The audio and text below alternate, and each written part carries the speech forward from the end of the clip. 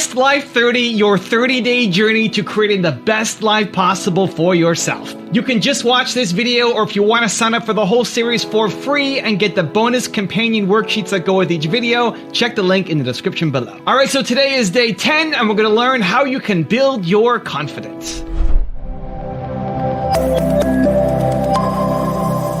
We all want to be able to change the way we feel. That's what I spend my life showing people how to do. And what most people don't know is emotion is created by motion. The way you move determines the way you feel. You have 80 different muscles in your face, 80. For most people, this is the largest area of unemployment in the country. They use the face the same way. They feel the same emotions over and over and over again. So what I was saying is I have this deal with myself called priming. Every day I say, look, you got to have 10 minutes for yourself. If you don't have 10 minutes for yourself, you don't have a life. And I'm not going to hope I feel good. I just got back 6 countries in 12 days. I was in India 2 days ago. Wow. And I woke up here feeling like somebody ran me over with a truck. But you got yourself psyched up. But the way I did it is I do this process. And it's 10 minutes. I put some music on. I do this massive change in my breathing, so it radically changes the way I feel. And then I do this 3-step process. First, I do 3 minutes of gratitude, where I think of 3 things I'm really grateful for, and I associate. I don't think of it over there. I feel it. And the reason is, when you're grateful, you can't be worried. You can't be fearful. When you're grateful, you can't be angry. And anger and fear are what screw people up most in their relationships, in their life, in their business. So I wire myself. I was saying to you that most people want to be happy, but their habit is to be worried or pissed off or frustrated or stressed. And so they've got a highway to stress and they got a dirt road to happiness. So I wire myself. I've got a highway to gratitude, which changes all your emotions. And then I do a 3-minute process of kind of a prayer for my family and friends. And then I do a 3-minute process of the top 3 things I want to accomplish. I see it as done and I feel it. I'm done in 10 minutes. So sometimes I go 20, but my deal is 10, so there's no excuse not to do it. How do I gain more confidence?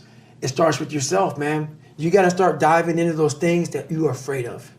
You don't gain confidence by going to the spot that makes you feel good. It's going to be a false reality. And the second life gives you that challenge, all you want to do is go back to what made you confidence or what gave you confidence. Is that happy spot? No. What gives you confidence, what gave me confidence, was spending years at a kitchen table trying to learn how to read and write on my own, realizing I can't learn the way you learn. I can't, but I can learn. What gives you confidence, not being afraid, is overcoming the fear. I used to stutter severely bad. So right now, I don't know how many people are going to watch this. You know what gives me confidence? Is knowing I no longer care if I sit here and start stuttering to you. Yeah. That's what gives me confidence, is facing these things, overcoming them. And maybe not overcoming them every day, but facing them and facing them and facing them. Pretty soon like this, you know what, man, this is where it's at. It's not in that comfort zone. It's in the discomfort zone is where my confidence is getting built. That's where it's getting built. But people want an easier answer. Yeah. There has to be an easier way. There's not. I'm sorry. I searched for it my entire life. When I'm with cooler or popular guys, I feel inferior and worthless, which affects me. And weirdly, I try so hard to impress them and be like them, like a chameleon. I try to avoid them, but I feel left out. Whatever I do, I feel sad or useless. What can I do in order to overcome this? You don't have to hang out with people you don't like. There's a pro-life tip for everybody. You don't have to. One of the things that is a massive indication that you're hanging out with the wrong group of people is that you don't feel comfortable being yourself. The second you try to be somebody else or you feel like a chameleon just to fit in, you are trying to fit in with the wrong group. Relationships only work when you can be the real you. People thrive on energy. That's what drives connection. You're with people that make you wither and hide and feel insecure. You are with the wrong people. If it's hard to be around people, you're with the wrong group of people. When relationships work, they work because they click, and the reason why they click is because you can be the real you. They don't make you feel inferior. You're making yourself feel inferior by hanging out with people and pretending you're not yourself. So every time you're hanging out with a group of people and you act like a chameleon, you're actually invalidating yourself because your own actions are telling you you're not good enough to just be yourself around these people. So the only way to deal with this is either show up with that group of people and be your full self. And every time you think something inferior, just knock that thought out of your mind, say what you really believe, be interested in what you're really interested in, or The easier route, honestly, drop the popular kids and find your people. You need to find your people. And your people are the kind of people that the second you hang out with them, you don't feel like less of yourself, you feel like more of yourself. You don't feel like you gotta hide or be somebody else. You feel like you wanna express yourself and show up and be more of yourself. That's the indication that you have found your people. Study the alchemy. Now here's what I mean by that. What happens to most people in life, especially the victims, is they reach a part of their life, a difficult time, and they call it failure. I mean, even just labeling a setback as a failure triggers something into your mindset to release cortisol, the fear hormone, which blocks your best performance. And so you want to see yourself and you want to study the alchemy, which is where other people are seeing a failure or a setback or even a little problem, you want to look for the gold. You want to train your brain so you have a dominant belief. It just becomes automatic because you've practiced it so much, where when someone says there's a problem or there's a wall or there's a failure, you literally see the alchemy to turn the lead into gold. Maybe you're going through a divorce. Maybe you're going through an illness. A lot of people who watch this podcast are going through difficulties or outright tragedies. But you want to practice seeing the setback or the dark time as fuel to leverage your growth. And so on this first point about study the alchemy, no matter what you're going through in your life, whether it's a large difficulty or a small setback, you want to ask yourself, how can I use what I'm going through as fuel for my growth? You want to ask yourself, what is the gorgeous opportunity hidden inside this so-called problem? I mean, and if you look at the mass of humanity, they really train their brains to focus on problems. Right? They hit a wall and they just, because of their belief system, they don't know it because most people are not really that aware of their belief systems. So they blame it on the world. They blame it on the supplier. They blame it on the teammate. They blame it on their husband or wife. They blame it on their childhood versus understanding our daily performance reflects our deepest beliefs.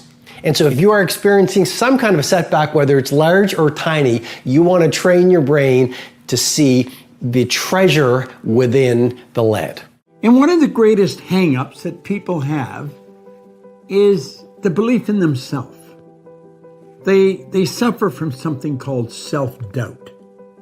Many years ago, I read something.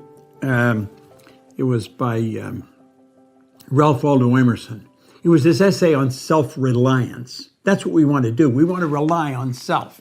And in that, he said, there would come a time in every person's education when they'd realize that envy is ignorance and imitation is suicide. So many people look at someone that's doing very well, possibly in the same field they're in, and envy them. Do you know what that's saying? That's saying, I don't know that I have the same mental faculties you've got. I'm drawing on the same potential that you're drawing on. There is only one mind. I don't know that. So I'm going to envy you thinking you can do something I'm not able to do. The truth is, if you can do it, I can do it. Envy is ignorance. It's not knowing that. And he said, imitation is suicide. Do you know that nothing in this universe would move in the precise order it moves in your absence? That's true. Everything in the universe is essential. You take any part away from anything, it's not complete. And everything in the universe moves in a very precise way. So do you see, we shouldn't even want to be like anybody else because we are unique. We are truly unique. There's something about us that you'll never find in another person. We're unique. And we've got the godlike ability to think. Now, what is self-doubt? Self-doubt is the opposite of self-confidence. Confidence comes from understanding. Like I would imagine you're confident you can drive your car. In fact, you're so confident that you'll be talking to somebody on the phone, you'll get in the car, you'll start the car, you'll drive, and you'll drive maybe 4 or 5 blocks, not even being aware of what you've done. It's all done automatic. Your concentration is on the conversation you're on. Now, when you first got in a car, you couldn't do that. The car was probably jumping all over the place, and you thought you'd never learn how to drive it. But you learned how to drive it, now you're quite confident. You're confident that you can get dressed when you get up in the morning. When you were a little boy or a little girl, you couldn't do that. You had to be taught to do it. Well, you know, self-confidence comes, like all confidence, it comes with knowledge. And the more you study you, the more you understand who you are, the more confident you'll become in your ability to do whatever it is you're doing. And you'll know that if you lack confidence in an area, it's because you lacked information in that area. Never doubt yourself. And when you do, understand that the cause of that doubt is not lying within you, it's in wrong thinking, it's in not understanding who you are. Study yourself. Self-study will develop self-confidence, and self-confidence eliminates self-doubt. Where does self-confidence come from? Right, which is important because there's no relationship between that and eroding your self-confidence. In other words, self-confidence is really self-trust. So the first thing is, the people I know that are really happy are very self-aware. In fact, the best entrepreneurs I know are very self-aware. They're aware of their shortcomings, right? They want to improve them. They want to get to the next version of themselves all the time. And so for me, self-confidence comes because I didn't have it.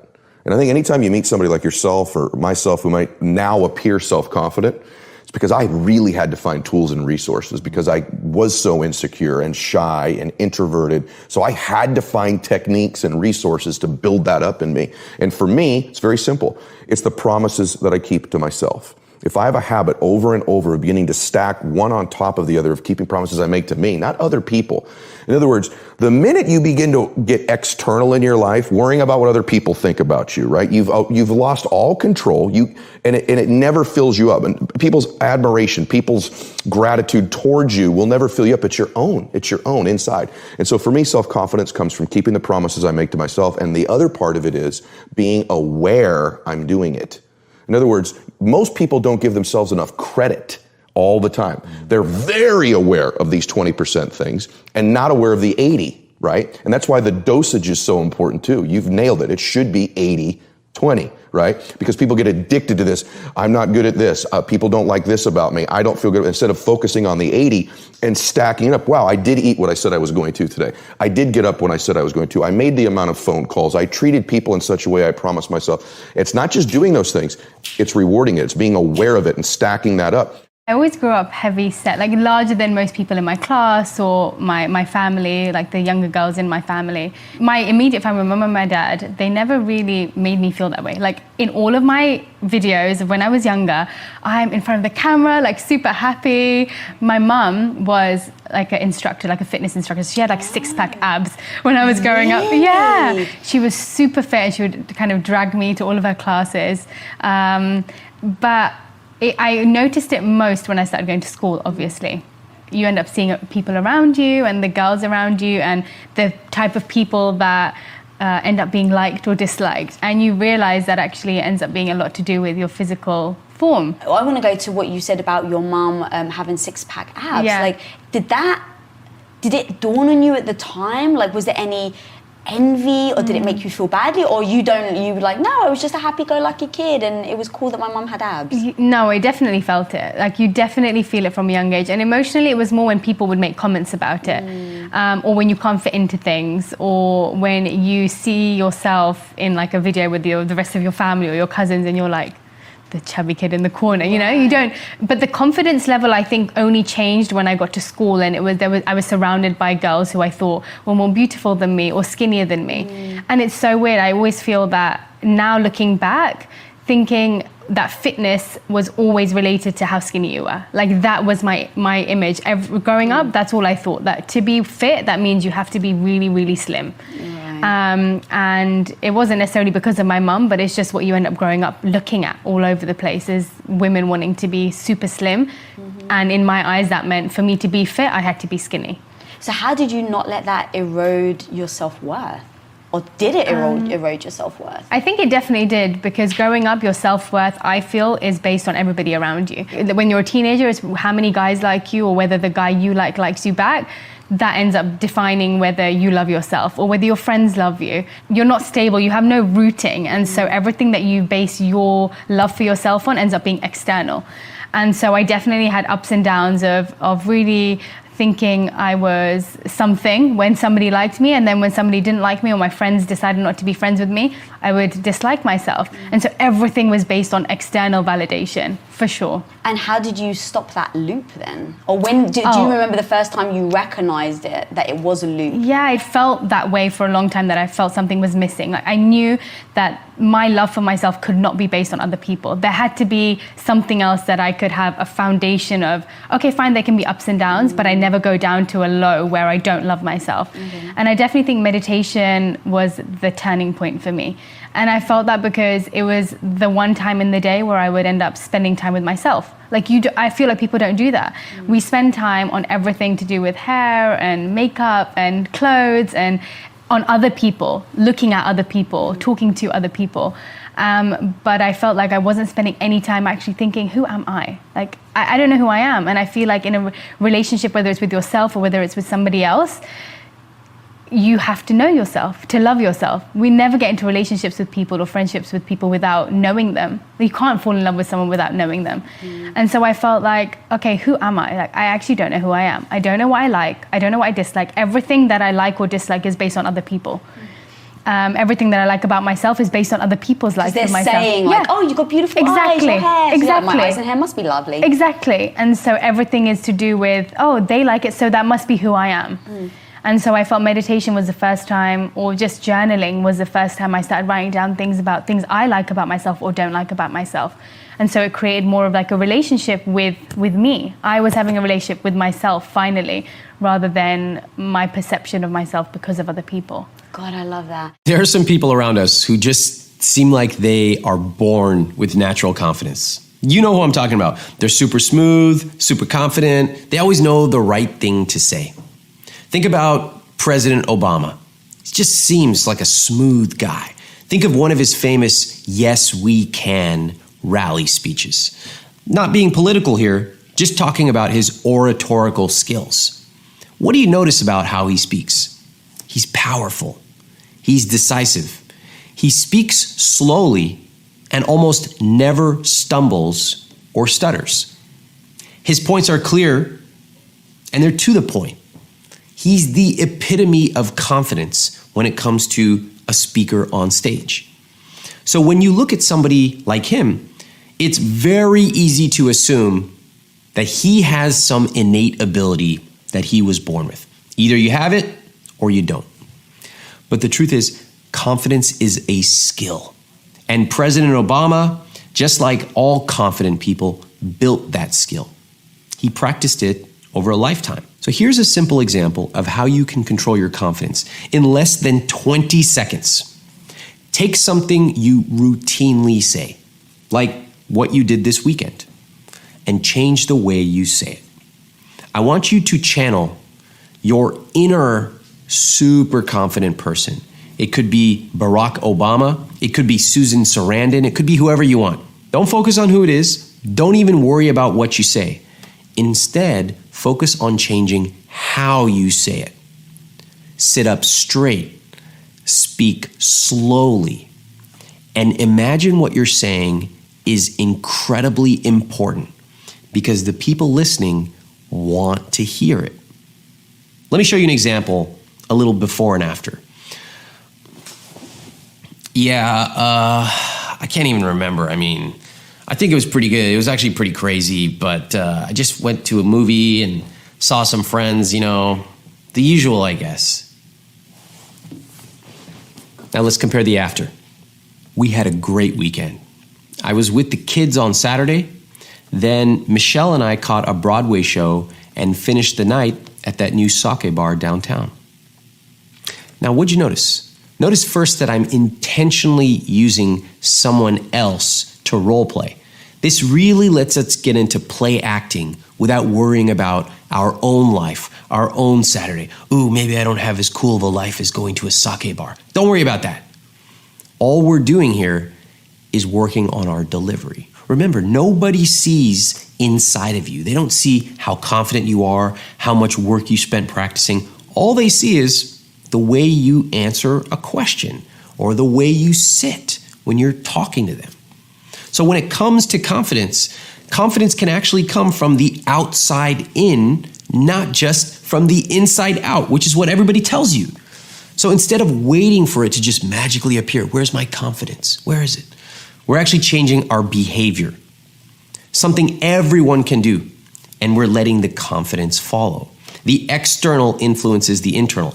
And once you master this concept, you can apply it to a lot more than just how you speak and how you sit. I want you to borrow confidence from the past. You see, when we're doing something where you have to muster up the confidence, we think of the things that could go wrong. We think of, well, what if I don't come through? What if I don't say the right things? I need to rehearse this over and over. What if? What if we change that?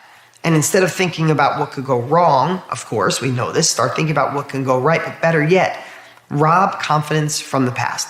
Go look in your past at times when you weren't sure if you'd go through, but you made it happen. When you thought you wanted the girl and you got the girl, or you got the guy, you got the job, you got the deal, you got the money, you got the sale. A time you scored the touchdown, you got the run, you were good at band, you were the star of the play. Rob confidence from the past. Remind your body, remind your cells, remind your subconscious what it felt like, and bring it into the present time. I'm telling you, you can transcend that old confidence into your current state and watch your state of mind change just like that. I get kicked out of college. I got kicked out of college my second year because I didn't want to continue to run track. I took my team undefeated the first year. Wow. And they went from not having won a track meet in 2 years at all to going undefeated in 1 year. If you could attribute what allowed you to lead the team to do that in one or two insights, what would it be? I had unwavering confidence. Did you cultivate that, or was it natural? Was it cultivated at home, or was it personally cultivated?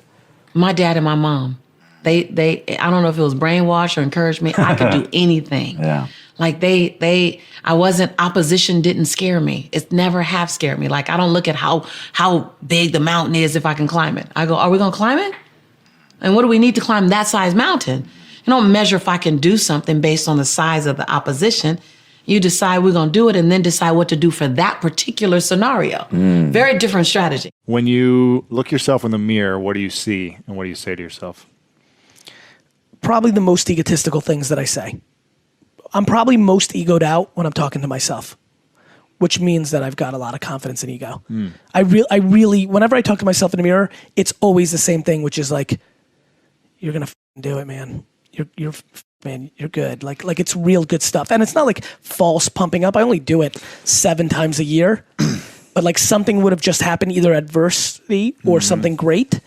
And I'll look myself and say, we got this.